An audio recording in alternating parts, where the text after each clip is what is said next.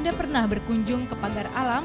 Kota kecil di lereng Gunung Dempo, Sumatera Selatan ini menyimpan banyak keunikan tersendiri.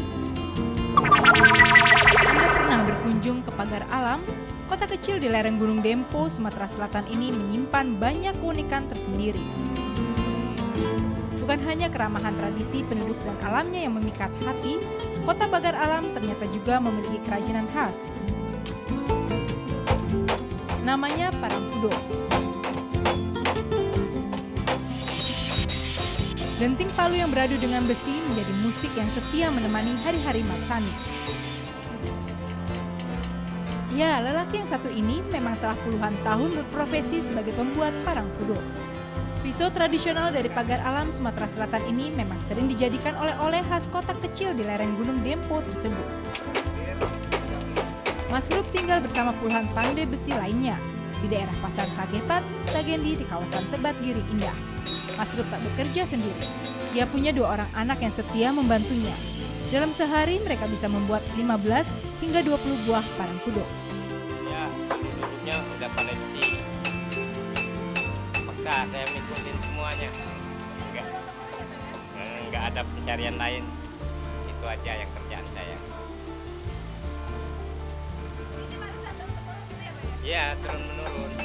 Kalau orang dari Tanjung Dayang itu kerjanya gitu semua. Jadi semuanya turun-menurun.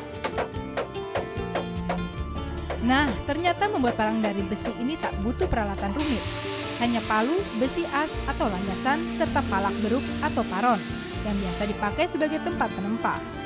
Mas Rup biasa menggunakan besi per dari mobil yang konon lebih bagus kualitasnya. Awalnya besi per ini dipotong kecil-kecil dengan cara dibakar pada api bersuhu super panas di atas 100 derajat Celcius. Selanjutnya potongan besi ini dibakar lagi sampai menyala kemerahan.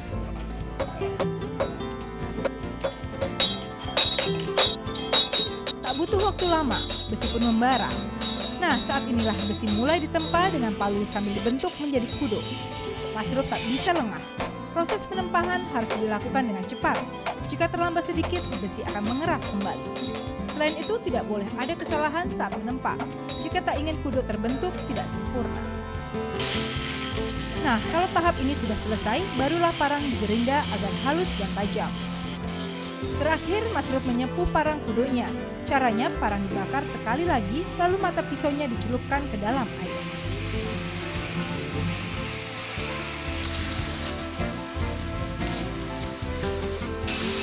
Ada beragam bentuk kudo, tapi Mas Rup biasanya hanya membuat kudo berkelok seperti ini, atau kudo kuku beruang macam ini.